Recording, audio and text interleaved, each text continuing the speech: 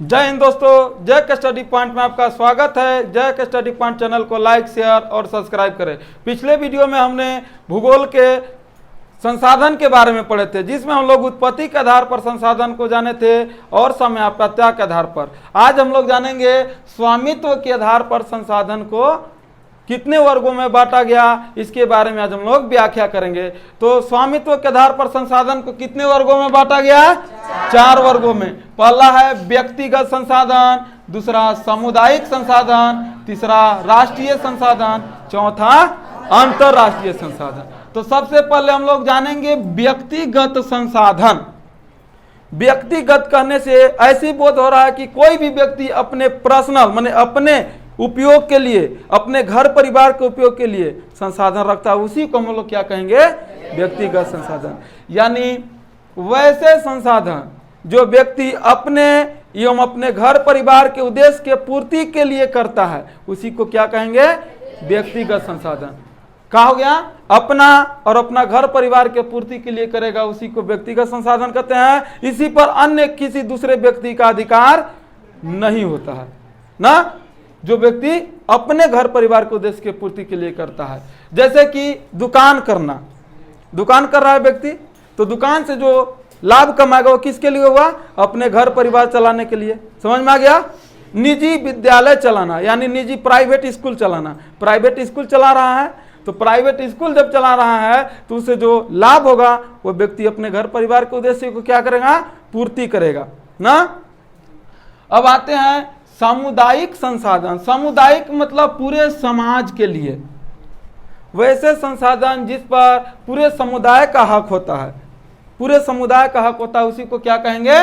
सामुदायिक संसाधन। यानी वैसे संसाधन जिस पर पूरे समुदाय का अधिकार होता है, उसे हम लोग सामुदायिक संसाधन कहते हैं। जैसे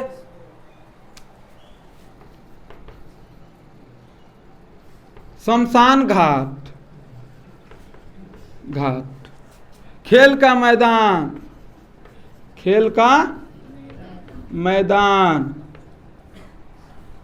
तालाब, ये हो गया सामुदायिक संसाधन।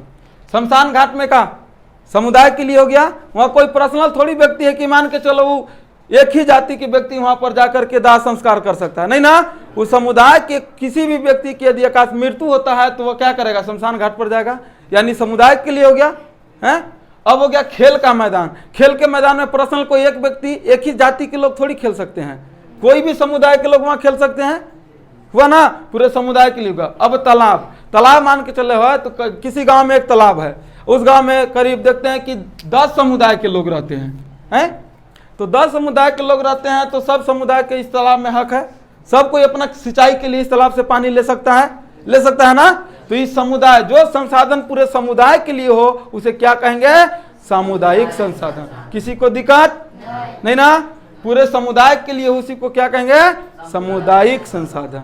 इसमें कोई पर्सनल व्यक्ति अपना अधिकार नहीं जमा सकता है। अब खेल के मैदान में गया, 2 धर्मेंद्र, जितेंद्र, सुरेंद्र, महेंद्र, 5-7 लड़कन चल गया और सब अलग अलग जाति के हैं, तो क्या करेगा? एगो कहेगा कि रे तू निकल जाओ, चले जाओ, तू कहेगा कि तुमको नहीं खेलने देंगे। ऐसा हो सकता है? नहीं, क्योंकि सभी का हक जो है उसमें बराबर है।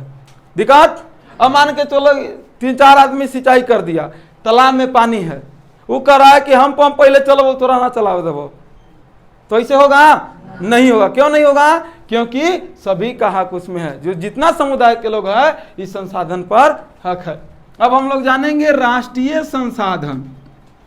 राष्ट्र करने से बोध होता है यानी पूरे देश के लिए, वैसे संसाधन जिस पर पूरे देश के नागरिकों का अधिकार होता है, और वो अधिकार बराबर होता ही नहीं कि उसका कम अधिकार है, इसका आधा अधिकार है ही नहीं, यानी पूरे देश का अधिकार होता है। यह सरकार के अधीन काम किया जाता है राष्ट्रीय संसाधन में ना, तो उसे क्या कहेंगे? राष्ट्रीय संसाधन। यानी वैसे संसाधन जिस पर पूरे राष्ट्र के व्यक्तियों का अधिकार होता है, उसे हम लोग राष्ट्रीय संसाधन कहते हैं। जैसे सड़क, सड़क हो गया ना। सड़क के पहले समझो, सड़क क्या है? सड़क पर एक पर्सनल व्यक्ति नहीं चल सकता, देश के कोई भी व्यक्ति आ जा सकता है? यानी देश के किसी भी नागरिक का उस पर क्या होता है? अधिकार होता है। यानी देश की कोई भी व्यक्ति है उस सड़क से क्या करता है, आन जान कर सकता है, वही हो गया राष्ट्रीय संसाधन। अगला चलते हैं, राष्ट्रीय संसाधन, उसके बाद खनिज। खनिज में जैसे कोयला पेट्रोल हो गया, देश के अंदर से हमको प्राप्त हुआ ना, तो जब वो प्राप्त हुआ तो क्या करेंगे, खनिज संसाधन। ये खनिज संसाधन है, तो जब भी प्राप्त होगा तो सभी देशवासियों के लिए होगा, सबके लिए खनिज संसाधन मिल सकता है। ये नहीं कि कोई पर्सनल एक व्यक्ति खनिज संसाधन ले सकता है, यानी जिस संसाधन पर सभी व्यक्ति, देश के सभी नागरिकों का अधिकार होता है, उसे हम लोग राष्ट्रीय संसाधन कहते हैं। यानी देश के कोई भी व्यक्ति हो उसका अधिकार होता है, उसी को हम लोग क्या कहेंगे, राष्ट्रीय संसाधन। अब हम लोग समझते हैं अंतरराष्ट्रीय संसाधन। अंतरराष्ट्रीय संसाधन कहने से यही निकल रहा है कि हमारे देश के लिए